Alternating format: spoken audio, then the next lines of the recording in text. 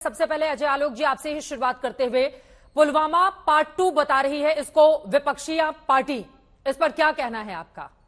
वो कह रहे हैं सरकार की नाकामी है।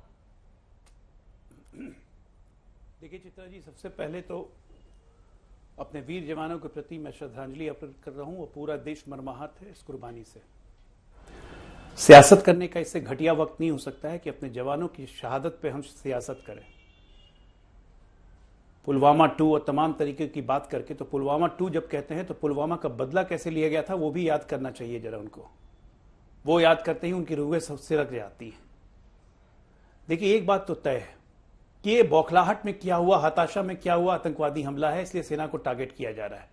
क्योंकि दिसंबर आ रही है, रास्ता बंद होते जा रहा है, अब लेके फरवरी तक में गतिविधियों में कम आएगी। जो घुस गए वो घुस गए और चुन चुन के हमारी आर्मी इन लोग को मार देगी, इसमें कोई शक नहीं है। ऑलरेडी कॉम्बिंग ऑपरेशन हर तरह से किया जा रहा है, लेकिन क्या ये सियासत करने का घटिया समय है? आज जब हर देशवासी के मन में एक क्रोध उबल रहा है, एक दुख का भाव है। बिहार के नवादा के चंदन की आप बात कर रहे थे, उनके परिवारों पे क्या बीत रही होगी, तो एक सांत्वना के स्वर, एक उनके कंधे पे हाथ रख के उनको संबल देने का समय है कि ये सियासत करने का समय है? तो तब मुझे विपक्ष की मानसिक अवस्था पे हंसी आती है और क्रोध के कारण, उस पे क्रोध आ रहा है कि जिस क्रोध के कारण हम लोग क्या करेंगे। भारतीय आर्मी में आप सोचिए कितना क्रोध होगा, अभी जो लोग खोज रहे हैं, पूरे फोर्सेस में कितना क्रोध होगा, देश में कितना क्रोध होगा। और उस भावना को ना समझ पाना यही है कि आप जनता की नब्ज समझते नहीं है। ठीक है, मुझे विपक्ष की सियासत पे कुछ नहीं कहना है। मुझे अपने भारतीय सेना पे पूरा भरोसा है। मुझे अपने वीर जवानों पे, सेना के कमांडिंग ऑफिसर्स पे भरोसा है कि इस घटना का बदला घाटी में मौजूद हर आतंकी को चुन चुन के मार के लिया जाए। यकीनन पूरे हिंदुस्तान को अपनी भारतीय फौज पर भरोसा है और बदला बहुत जरूरी है। चुन चुन कर एक एक आतंकवादी को उसके अंजाम तक पहुंचाना। सैफुद्दीन सोज साहब, बीजेपी की ओर से आरोप लगाए जा रहे हैं कि आप लोग इस गंभीर मसले पर, जब हमारे 4 जवानों की शहादत हुई है, उस दिन उस समय आप लोगों की ओर से इस पर सियासत की जा रही है। नहीं, बिल्कुल नहीं, ये गलत है। इस मौके पर कोई सियासत नहीं होनी चाहिए।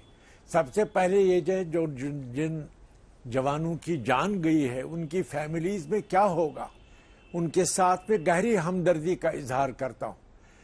तो फिर गवर्नमेंट का, चाहे यहाँ की गवर्नमेंट है या सेंट्रल गवर्नमेंट है, ये दावा करते हैं कि हमने आतंकवाद को जड़ से उखाड़ फेंका है।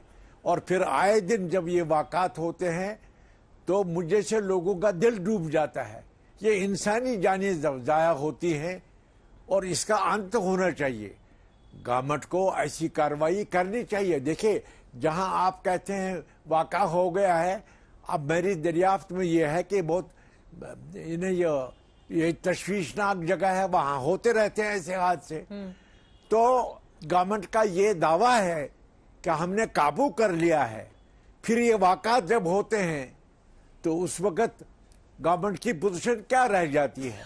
लेकिन इंसानी हमदर्दी जो है, जिन खानदानों पे ये आफत गुजरी है उनके साथ गहरी हमदर्दी का इजहार मैं करता हूं और गवर्नमेंट से ये कहता हूं, आपने जो दावा किया है उसके मुताबिक काम कीजिए। आपको पता है किस नुकड़ पर क्या चीज है। जम्मू कश्मीर में कौन सा इलाका ज्यादा खतरनाक है, तो वहां आप सुरक्षा बढ़ाइए। आप ये दावा जो करते हैं कि हमने काबू पा लिया है, उसमें और दिलचस्पी लेकर सारी कौम को, सारी नेशन को बताए कि हम ऐसा नहीं होने देंगे। और आए दिन ऐसे वाक़ात होते रहते हैं। ये बात है। बोलिए अजय आलोक जी। वो कह रहे हैं जो आपका दावा है उस दावे का दम तो नहीं दिखाई दे रहा है मौजूदा वक्त में।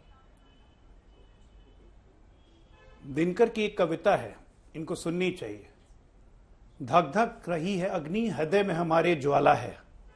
धक धक रही है अग्नि, हृदय में हमारे ज्वाला है। फुफकार नहीं स्वीकार हमें, हमने विषधर को पाला है। तो इस तरह से जो फुफकारेंगे ना, उनका फन कुचल दिया जाएगा। और काबू पाना और आतंकवाद के खात्मे होने में जमीन आसमान का अंतर है। सोच साहब इस बात को समझते होंगे। 370 खत्म होने के बाद जो आज फारूक अब्दुल्ला साहब कह रहे थे कि क्या आतंकवाद खत्म हो गया, बंदूकें हटा लो, पत्थरबाजी शुरू हो जाएगी घाटी में, क्या सोच साहब फारूक अब्दुल्ला जी की बात से इत्तेफाक रखते हैं?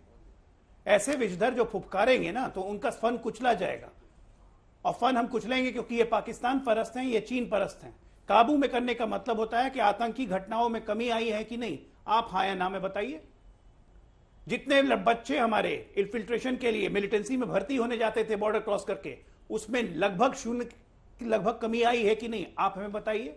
कश्मीर का एक माहौल बदला है कि नहीं, कश्मीर में आज बिजनेस लाइक वातावरण बन रहा है कि नहीं वैली में, श्रीनगर में एम्प्लॉयमेंट लोगों की बढ़ी है कि नहीं, IIT एम्स खुले हैं कि नहीं, तमाम लोगों को उनके हक अधिकार मिल रहे हैं या नहीं मिल रहे हैं। माहौल ऐसे बदलता है, आतंकी घटनाओं में कमी ऐसे आती है, लोगों में जब विश्वास जागता है। विश्वास तो जागता है, लेकिन कुछ सांप हैं जो अभी भी फुफकार रहे हैं, ये फुफकार बर्दाश्त नहीं है हमें। और इस तरह की घटनाएं जब भी होंगी सोच साहब, हर हिंदुस्तानी के दिल में ज्वाला जलेगी और विषधरों का सर कुचला जाएगा। जहां तक रही कंट्रोल करने की बात, मैं दावे के साथ कह सकता हूं, किसी भी आंकड़े के साथ आप लेके बैठ जाइए, किसी भी फ्रंट इंडाइसिस पे, चाहे वो सोशल इंडाइसिस हो, हेल्थ इंडाइसिस हो, इकोनॉमिक इंडाइसिस हो, सिक्योरिटी इंडाइसिस हो, किसी भी इंडाइसिस पे आप लेके बैठिए, आप खुद बोलेंगे कि 2019 के बाद आज 2023 में मामले में जमीन आसमान का फर्क आ चुका है। सैफुद्दीन खत्म करना हमारा उद्देश्य, उनकी बातों पर आप जवाब दीजिए। और अभी तक जो जानकारी सूत्रों के हवाले से निकलकर सामने आई है, उसमें यह भी साबित हो रहा है कि स्थानीय मददगारों की वजह से भी इन आतंकवादियों को वहां पर फायदा मिला, जिसके बाद घात लगाकर हमले करने में कामयाब रहे। तो ऐसे जो देश के भीतर गद्दार छिपे हुए हैं, उनके खिलाफ क्या कार्रवाई होनी चाहिए? नहीं, जो भी है, आप कहते हैं मदद मिल रही है, सिविल सोसाइटी में जो लोग मदद दे रहे हैं, तो उनको हमारी आर्मी, हमारे पैरा फोर्सेस पहचाने और पहचानते हैं। गवर्नमेंट को असल में अपना दावा जो है कि हम आतंकवाद खत्म कर रहे हैं या किया है, उस दावा के मुताबिक उनको अपना बल दिखाना चाहिए। वो तो सड़क पर दिखाना चाहिए जहां आतंकवाद है, तो ऐसे वाक़ात नहीं होनी चाहिए। उन खानदानों पर क्या गुजरती है जहां ऐसे होते हैं। आप आज के दिन कहेंगे कि इनको मरहबा चाहिए, इन्होंने बलिदान दिया, इन्हें कुर्बानी दे दी, लेकिन वो खानदान तो तबाह हो गए, उनको रोजी रोटी कमाने वाले चले गए, तो उस आफत में वो गिरफ्तार हो गए। बाद में गवर्नमेंट काहली से काम लेते हैं, उन खानदानों तक जल्द नहीं पहुंचते हैं, उनको सहारा नहीं देते हैं। कई खामियां सिस्टम में नजर आती हैं। लेकिन एक दावा आप कीजिए कि हम आतंकवाद, ये कहते हैं जो लोग सियासत करते हैं, वो कहते हैं हमने आतंकवाद जड़ से उखाड़ फेंका है, और फिर ये आए दिन वाक़ात होते हैं। इस मौके पर तो मैं उन खानदानों के साथ गहरी हमदर्दी करता हूं, लेकिन उन पर गुजरी क्या है उस तक जाइए बिल्कुल, और फिर ऐसे वाक़ात को रोके। और ये बहुत जरूरी भी हो जाता है हिंदुस्तान के भीतर से। अब यकीनन बड़ी बात आपकी ओर से कही गई है कि देश के भीतर जो भी दहशतगर्दी को पालते पोसते हैं या फिर दहशतगर्दों के खिलाफ ऐसी कड़ी और बड़ी कार्रवाई होनी चाहिए कि दोबारा हमारे सैनिकों की तरफ आंख उठाकर अगर कोई देखे भी तो फिर उसकी कई पीढ़ियां इस अंजाम को भुगतने के लिए तैयार हैं। कुछ इस तरह की व्यवस्था हिंदुस्तान को करनी होगी। कुलदीप खोड़ा जी, आप फॉर्मर डीजीपी हैं जम्मू कश्मीर के, सीधे आपके पास आते हुए उसके बाद बाकी मेहमानों के पास जाऊंगी। एक हफ्ते पहले ही बीएसएफ के आईजी अशोक यादव ने कहा कि 250 से 300 आतंकवादी पाकिस्तान के लॉन्चिंग पैड में घुसपैठ करने के लिए बैठे हुए हैं, और उसके एक हफ्ते के बाद इस तरह का हमला हो जाता है। जब पहले से हमारे पास इस तरह की जानकारी रहती है तो फिर हम लोग उसी समय एक्शन क्यों नहीं लेते हैं? हमारे जवानों की शहादत के बाद हम क्यों सर्जिकल स्ट्राइक या एयर स्ट्राइक के लिए बैठे होते हैं? वो बैठे ही वहां पर हैं, क्यों मौके की ताक में है कि जैसे ही वो देखेंगे हल्की सी भी कहीं इधर उधर की बात हुई उसके बाद वो हमला कर देंगे। तो पहले से ही कोई बड़े और कड़े कदम हम लोगों की ओर से क्यों नहीं उठाए जाते हैं? कुलदीप जी,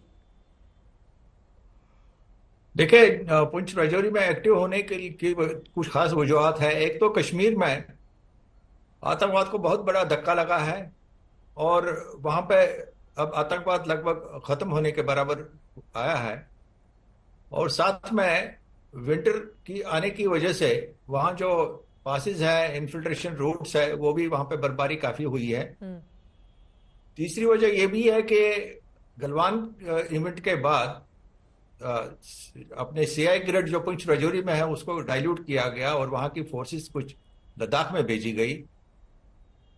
और जैसा आपने कहा कि लॉन्चिंग पैड्स पे मिलिटेंट्स की प्रेजेंस बढ़ गई है। एक और वजह यह भी है कि अब पीओके में और कहीं कहीं एलओसी के पास में चाइनीज आर्मी की फुटप्रिंट्स भी देखी गई हैं। उनका इसमें कोई रोल है या नहीं है, वो अभी क्लियर नहीं है, लेकिन हम इस बात से इनकार नहीं कर सकते कि वो खामोश बैठे हैं वहां पे, उनका वहां पे क्या काम है वो समझने की जरूरत है। साथ साथ में जो ड्रोन्स के जरिए सामान भेजा जा रहा है उस पर चाइनीज मार्किंग्स और चाइनीज मैन्युफैक्चरिंग एविडेंट है, उसका प्रूफ है, तो चाइनीज इन्वॉल्वमेंट सामने आ रही है। और साथ साथ में जो पिछले दो तीन महीने में जो यूएस और अमेरिका कनाडा का रोल रहा है, जो टेररिस्ट इन्वॉल्व है इंडिया में, उनको जो वहां पे शरण मिल रही है, शेल्टर मिल रहा है, उससे भी पाकिस्तान को एक एनकरेजमेंट मिली है।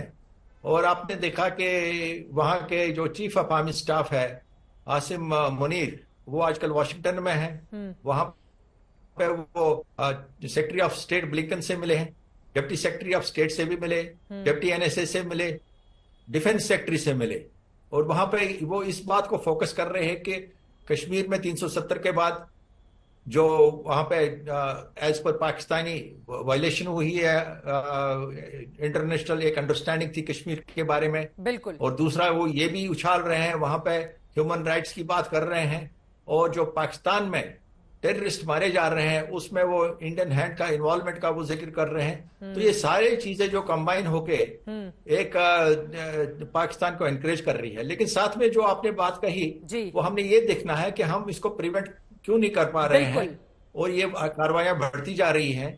पिछले एक साल में लगभग 21 आर्मी की मार्टियर्स हुए हैं एक साल में। ये अपने आप में एक बहुत ज्यादा तादाद है।